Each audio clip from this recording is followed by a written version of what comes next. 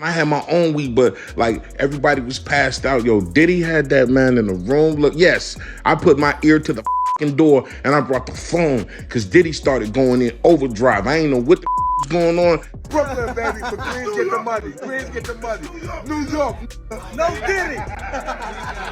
No Diddy, no Diddy. Now, Diddy called these his freak-out parties. In attendance were celebrities, politicians, athletes, international dignitaries like British royalty, Prince Harry, and music label executives. I had with Cassie and Sean. Basically, he would masturbate and tell me what to do with Cassie. I had like 15 encounters, and I heard. It's clear that 50 Cent isn't just casually poking fun at Diddy anymore. It's turned into a full-blown obsession. But you've got to hand it to him for his dedication. Even if some folks think he's going a bit overboard with his antics, 50's relentless in his mission to call out Diddy, no matter what. And now it seems like he's upped the ante by allegedly getting his hands on some pretty scandalous footage from Diddy's security cameras. According to court documents filed by Rodney Lil Rod Jones, a former employee of Diddy, it's claimed that Diddy had been secretly recording his guests at his properties in Los Angeles and Star Island. And we're not just talking about your average party snapshots. Apparently, these cameras caught some seriously compromising moments involving celebs, athletes, politicians, you name it. Jones claimed in the suit that these parties were sponsored by major players in the recording industry, giving them access to sex and underage girls. The civil complaint asserted, Lil Rod claimed some of the biggest names in the recording industry sponsored these parties, with workers and underage girls. Mr. Combs had hidden cameras in every room of his home, has recordings of several celebrities, artists, music label executives, and athletes engaging in illegal activity. Mr. Combs possesses compromising footage of every person who has attended his freak-off parties and his house parties. The producer further alleges that Diddy has salacious tapes of Hollywood's biggest names, record CEOs, and politicians doing and cavorting with and minors. As far as he knew, the parties were a business model that gave upcoming artists a chance to climb up the career ladder by giving them access to music executives. Jones also shared that beyond sponsoring these parties, music executives had the habit of handing the Bad Boy Records founder large wads of cash. Even his ex-bodyguard Gene Deal spilled the beans, saying it's not just celebs, there are politicians, preachers, you name it, all potentially on Diddy's blackmail list. I don't think it's only celebrities going to be shook. He had politicians in there. He had princes in there.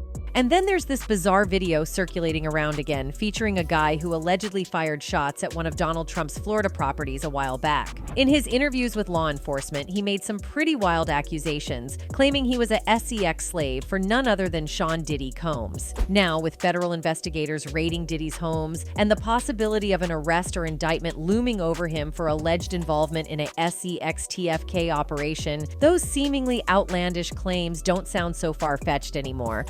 And I was like a slave, okay?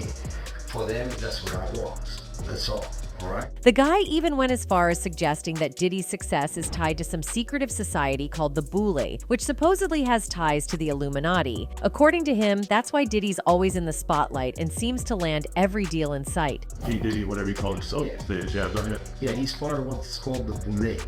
The Boule is a branch of the Illuminati. Okay, and he belongs to that agenda. That's why he's so famous. They land all the contracts. He even claimed that Diddy directed him in sex encounters with Cassie, Diddy's former girlfriend, while Diddy got off on it. I had with Cassie and Sean. Basically, tell me what to do with Cassie. I had like 15 encounters, and I heard. Now, you can bet there's a lot of scrambling happening in Hollywood right now. Word is, the feds already got their hands on those incriminating videos, so it's only a matter of time before more names start popping up. And we've already seen a few sneak peeks with the names that spilled out since Cassie's lawsuit hit the scene. Aaron Hall, an R&B singer who was part of the group Guy, was named as a defendant in a complaint filed against Combs last November in the New York Supreme Court, ahead of the expiration date for New York's Adult Survivors Act, which provided a one-year window in which people could bring cases of SA outside the typical statute of limitations. The plaintiff, who is named Liza Gardner, accuses Combs and Hall of SAing her and a friend in Hall's apartment after a music industry event hosted by MCA Records in 1990 when she was 16 years old. She says Combs coerced her into having sex with him, and that afterward, Hall barged into the room, pinned her down, and forced her to have sex with him too. The plaintiff also alleges that Combs found her at her home and choked her until she passed out. He was worried his girlfriend would find out about the incident, the complaint says. In one YouTube video cited in the complaint, Hall says in an interview that Puffy, what Combs was known as in the 1990s, had seen him have sex. Hall could not be reached for comment. His lawyer was not yet identified in court documents as of April 8th. Also, there's music producer Harve Pierre, who was named as a defendant in 2 lawsuits filed against Combs ahead of the Adult Survivors Act's expiration date. Both lawsuits were filed anonymously, one in the New York Supreme Court and the other filed in the U.S. District Court in the Southern District of New York, with the plaintiff listed as Jane Doe on both documents. Pierre was Combs' first employee at Bad Boy Records, the former president of his Bad Boy Entertainment, and worked with artists like the Notorious Big and Faith Evans. In the first complaint, filed in November 2023, a former employee of Bad Boy who worked as Pierre's assistant accuses Pierre of using his position of power to G-word, exploit, and SA her. Combs and his companies enabled the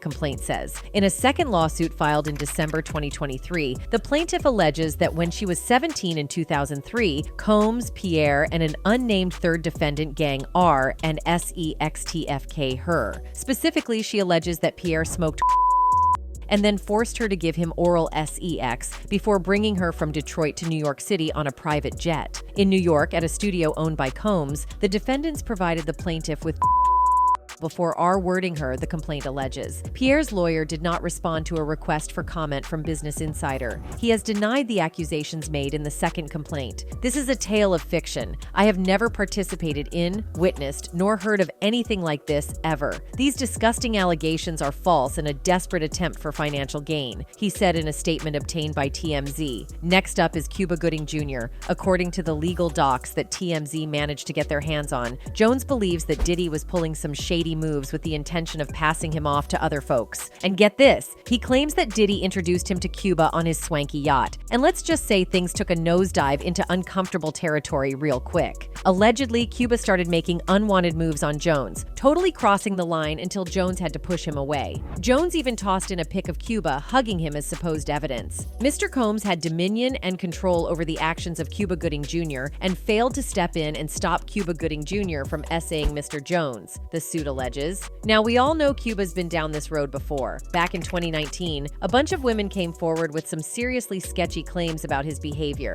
but this is the first time he's dealing with accusations from another guy. In June 2019, things got seriously messy for Cuba Gooding Jr. The dude found himself in hot water after an incident at a Times Square bar, where he was accused of getting a little too handsy with a woman. But hold on, the legal roller coaster was far from over. Another charge was thrown his way, but Cuba managed to dodge the jail cell by striking up a plea deal. Fast forward to now, thanks to the Adult Survivors Act, which is the same law that allowed Cassie to sue Diddy last November, 2 alleged victims of Cuba have come forward with a fresh lawsuit. In this lawsuit from 2018, which the Times got their hands on, a woman claimed that while she was working as a cocktail waitress at Lavo restaurant and nightclub in New York, Gooding forced his tongue into her mouth without her consent. Gooding ended up pleading guilty to a criminal forcible touching charge related to the incident, and the lawsuit filed just recently includes a chunk of the transcript from Gooding's testimony during that whole legal mess. When the judge asked him to describe what went down, he straight up admitted, "I kissed the waitress on her lips," and confirmed that he did it without her permission. In the 2019 filing, Kelsey Harbert spilled the tea, claiming she approached Gooding at the Magic Hour rooftop bar and lounge, hoping to meet the actor. But things took a dark turn when she ended up sitting next to Gooding's girlfriend. Harbert alleged that Gooding, being the total boundary crosser, reached over and decided to get handsy in all the wrong places. She described feeling shocked as she suddenly felt his hand groping her chest, treating her like she was nothing more than a piece of meat. Harbert wasted no time and filed a police report within a week of the incident. And guess what? Gooding ended up pleading guilty once again. The video appears to show Gooding putting his hand on her thigh. A few seconds later, his hand appearing to move up towards her breast. Gooding is then seen pulling her hands to his lips. Now, fast forward to the civil lawsuit, where Gooding straight up confirmed that it was indeed non-consensual contact during his hearing. Both women involved are seeking some serious damages for A and battery, lost wages, and the emotional, mental, and physical toll this whole mess took on them. And let's not forget about those attorneys' fees. As for Gooding's camp, they've been pretty tight-lipped about the whole ordeal, with no immediate response to the media's inquiries. Gloria Allred, who's representing the two plaintiffs, isn't holding back. In a statement, she made it clear that her clients aren't backing down. They're seeking the justice they couldn't quite nab in the criminal case, and they're not stopping until they get it. Next up is Young Miami, aka Caresha Romeka Brownlee, allegedly transported a called Tucci across state lines for Diddy. Apparently this Tucci stuff is some kind of pink concoction mixing ecstasy and coke.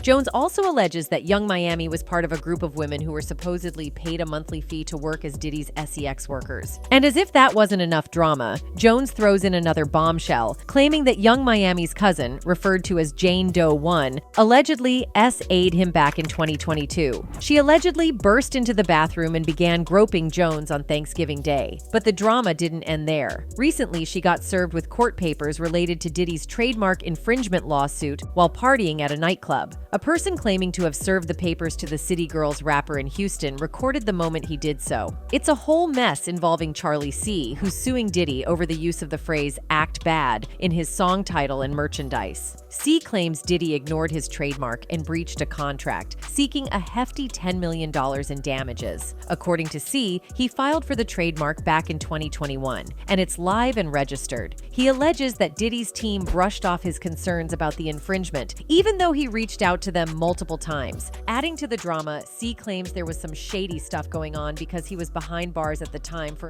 related offense, but he's since been released. It's all pretty messy, especially considering Young Miami and her City Girls partner JT featured on Diddy's Act Bad. And now she's been roped into the legal battle too. Understandably, she wasn't too thrilled about being served in public, and she made sure everyone knew it when she went on a Twitter rant to share her frustrations. She said, "I'm so tired of the internet and people effing with me every day. Trying to serve me some paper over merch that I'm not selling is lame. Like everybody want to go viral so bad, let's go viral, I'm tired. Like take y'all a TF on," she added, "over some merch I don't sell," before responding to somebody who doubted her story. Shut the F up, that's y'all problem. Y'all always think somebody gotta lie, Goofy B. Daphne Joy, who happens to be 50's ex and the mother of his child, also got dragged into the drama. Lil Rod's lawsuit against Diddy named Daphne as one of Combs's alleged sex workers, but Daphne wasn't having any of it. She hit back hard, taking to Instagram to shut down the rumors and accusations. In a no-nonsense statement, she called out Lil Rod's lawsuit as a bunch of lies and vowed to fight back. And she's not messing around. She's got her legal team ready to take action against both Lil Rod and his attorney. "I am deeply hurt by the lies in Rodney Jones' lawsuit. The claim that I am a sex worker is 100% false and character assassination." She said, "I am retaining an attorney to explore all legal remedies against both Rodney and his attorney." Of course, 50 Cent couldn't resist chiming in. He took to Twitter and stirred the pot even more by posting a pic of Daphne and Diddy, throwing some serious shade her way. He says, "You moved a mile away in hopes of having another baby with me, but I was busy. So you moved back and then you started receiving money from Brother Love. Now here we are, little sex worker." But Joy wasn't about to let that slide. She came back swinging on Instagram saying, "Curtis James Jackson, everything is a joke to you until our safety is compromised," which is happening now. You're wreaking real havoc, frenzy, and chaos into other people's lives. How would you feel if Sire was the one in handcuffs? For nothing. We moved to New York to give you the opportunity to be a father to your son, and you saw him 10 times out of the 2 years that we lived 1 mile away from you. I am tired of upholding and protecting an image to our son that you have never heard." She would continue saying, "Let's put the real focus on your true evil actions of R-wording and physically A-ing me. You are no longer my oppressor, and my God will handle you from this point on. You have permanently damaged the last hope I had for you as a father to preserve our family with these last and final false claims made against me. You have broken our hearts for the last and final time." But despite her heartfelt words, it's like nobody's really listening. Instead, people are dragging Daphne left and right, not buying her side of the story at all. One user said, "So she was for her child to be with his father, but then claims he R-worded her? What human would fight to have their child around a R? Let's be real. Another user says, he R-worded you, but you moved you and your son to live 1 mile away from him? Yeah, whatever. And 50 Cent? Well, he's not backing down either. His rep came out with a statement slamming Daphne's allegations as false and baseless. According to them, it's all just a reaction to 50 seeking sole custody of their son, Sire. They're making it crystal clear that Sire's safety is their top priority, and they're not messing around when it comes to protecting him. The disturbing allegations in the sworn pleadings recently filed in a court case related to Daphne Joy, the mother of my 12-year-old child, has required me to take all necessary legal actions to protect my son, Sire. The most recent false and baseless accusations by Daphne Joy are clearly in response to my decision to seek sole custody of my son. My son, Sire, is my main priority, and keeping him in a safe environment is my only focus at this time.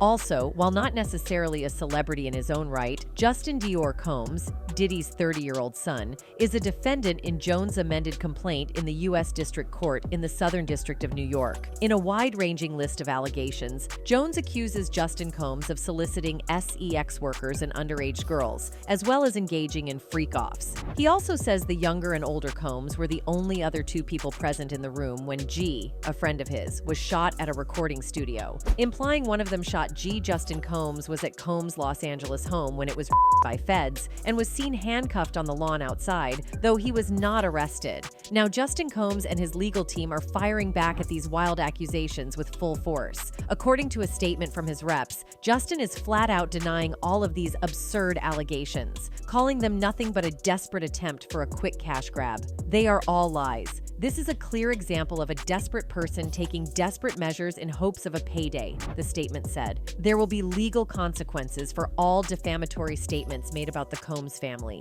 In Lil Rod's lawsuit, he also exposed Meek Mill and Usher as one of the people that often came to these freak-offs. Rodney didn't explicitly mention Meek Mill and Usher's names in the lawsuit like he did with everybody else, but he gave some descriptions that had very specific details that pretty much made everybody know who he was talking about. Like he described Meek as a Philadelphia rapper who dated Nicki Minaj and described Usher as a male R&B singer who performed at the Super Bowl and had a successful Vegas residency.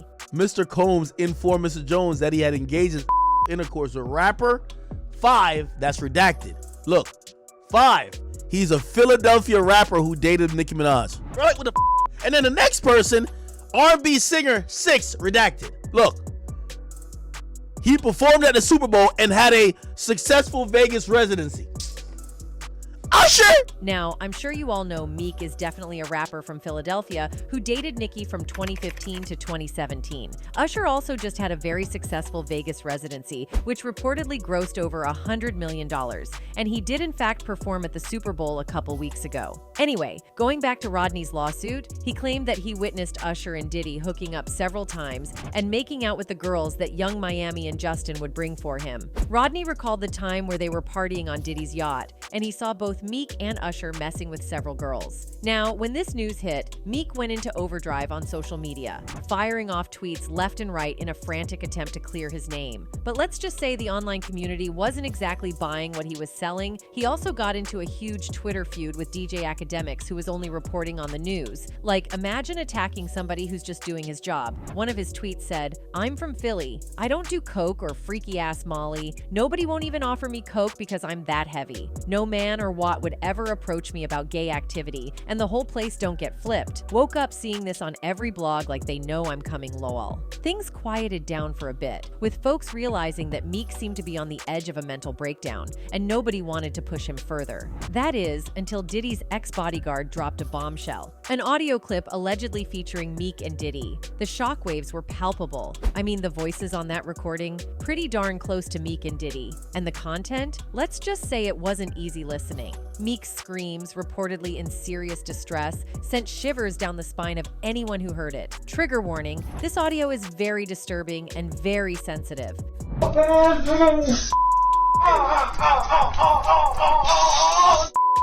Now, the ex-bodyguard in question who recorded and leaked the audio made an entire video narrating how it came out. He said it happened during one of Diddy's freak-offs, and he decided to lean by the door to record what he was hearing because he was shocked to see Meek allowing Diddy to pound him like this. He said Diddy intentionally spiked everybody's drinks at that party so they would be too drunk and too high to even know what's going on. But he didn't drink, and that's why he was sober enough to witness what he and Meek were doing. Like, all the champagne was spiked. Everybody was passed the fuck out. I don't drink. Diddy had that man in the room. Look, yes, I put my ear to the door and I brought the phone because Diddy started going in overdrive. I ain't know what the was going on, but I just heard balls slapping against cheeks. I mean, do you all remember that video circulating where Meek was chilling in the pool, looking a bit, well, uncomfortable, while Diddy hovered nearby, calling him daddy and talking about Meek putting in work? Yeah, that one. It's hard to forget. Some folks are connecting the dots, suggesting it might have been filmed right after whatever went down between Meek and Diddy in that bedroom. Man, you doing it, man. You deserve it, daddy. You putting in that work. Proud of you. I love you. Yeah. And to make matters even, Meek was caught following a porn page on Twitter that exclusively posts videos of black men hounding each other. Maybe he was trying to learn some new positions for Diddy. Who knows? But as soon as people caught him, he immediately unfollowed the page. And if that's not enough to raise eyebrows, there's more. An old song of Meek's surfaced online recently, and the lyrics, let's just say they paint a pretty vivid picture. In the track, Meek talks about chasing his Hollywood dreams, but there's this whole section where he seems to confess to getting involved with Diddy in some not-so-savory ways to make it big. And then he's asking for forgiveness for his actions. I hope they forgive me for what I did with Diddy. Dream chasers. I hope they forgive me for what I did with Diddy. Finally, there's Stevie J. Jones alleges that Grammy winner Stevie J, Combs' longtime collaborator, recruited SEX workers and participated in Combs' freak-offs in his amended complaint filed in the U.S. District Court in the Southern District of New York. Though he does not name Stevie J as a defendant, Jones accuses Combs of instructing Stevie J to teach him the type of SEX workers to solicit and way to solicit them. Jones also accuses Stevie J of sending threatening messages when Jones publicly asked Combs to pay him for his work on Combs' The Love album. The complaint also says that Combs used his connection to Stevie J, Jones' idol, to pressure Jones into SEX. Allegedly, Diddy even showed Jones footage that he claimed was Stevie J getting cozy with another man, but it turns out those screenshots weren't exactly what they seemed. Adult film star Knockout stepped up on Twitter, straight up saying, "It's me," throwing a wrench in the whole thing. And Stevie J isn't staying silent either. He's got his lawyer in the game, ready to handle this mess. As time ticks on, it's pretty clear that more names are going to get dragged into this whole mess, and you can bet your bottom dollar that 50 Cent will be right there at the front, ready to spill the tea on anyone and everyone. But we want to hear from you guys too. Drop your thoughts in the comments below, and we'll catch you in the next video.